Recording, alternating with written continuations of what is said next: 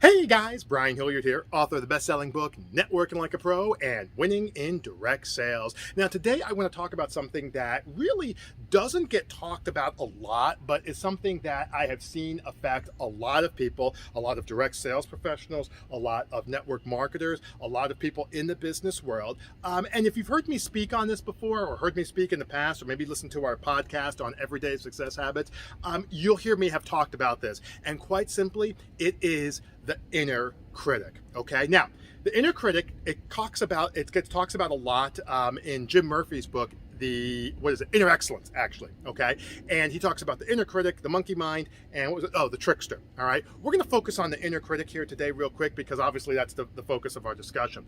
Now, as a direct salesperson or a network marketer, the inner critic usually comes up as you're trying to build your business. Right now, for some people, they might not necessarily have a business mindset. Maybe they haven't, maybe they're at home with their kids, or maybe they haven't been out in the workforce in a while, or maybe they're doing some other things. So what happens is, as they're trying to grow their network marketing business, some things don't go their way. Maybe the recruiting isn't working out, or maybe just the business isn't working out for this particular season for whatever reason, and the inner critic kicks in.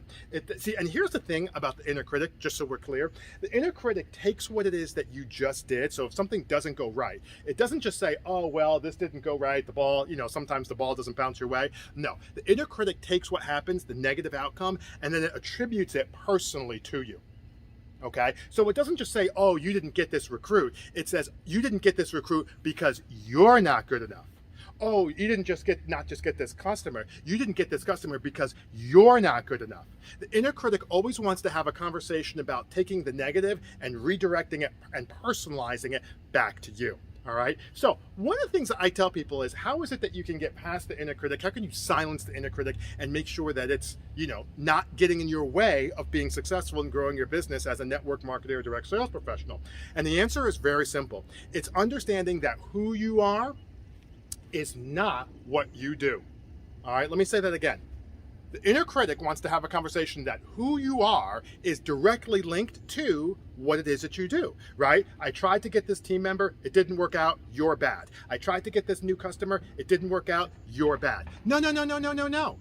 Who you are has nothing to do with what it is that you do. Who you are is how you show up for your family, how you show up for your kids, how you show up. Like I walked Nero this morning, okay? Who I am is how I show up. Do I listen for understanding? Am I empathetic? Do I make people a priority? Do I make time for certain things? Do I work out, right? Do I keep my body in shape? That's who I am.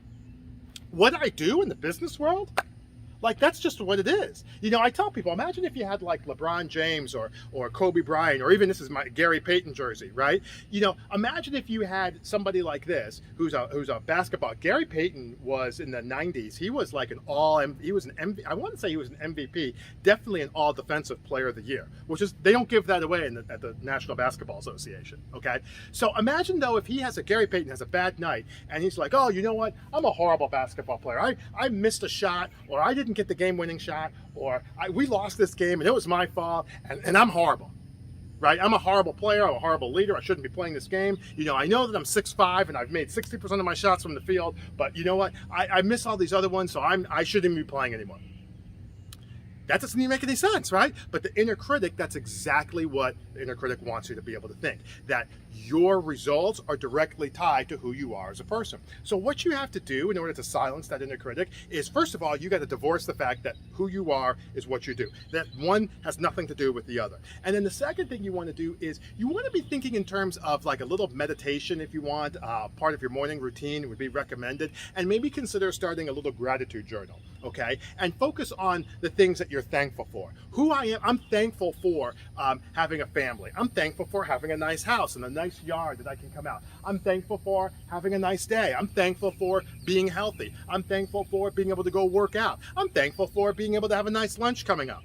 All right, I'm thankful for being able to spend some time with my girlfriend. Who I am: empathetic, understanding, engaging, charismatic, likable. That's who I am. Sometimes the ball doesn't go in the basket. That's the way the league works.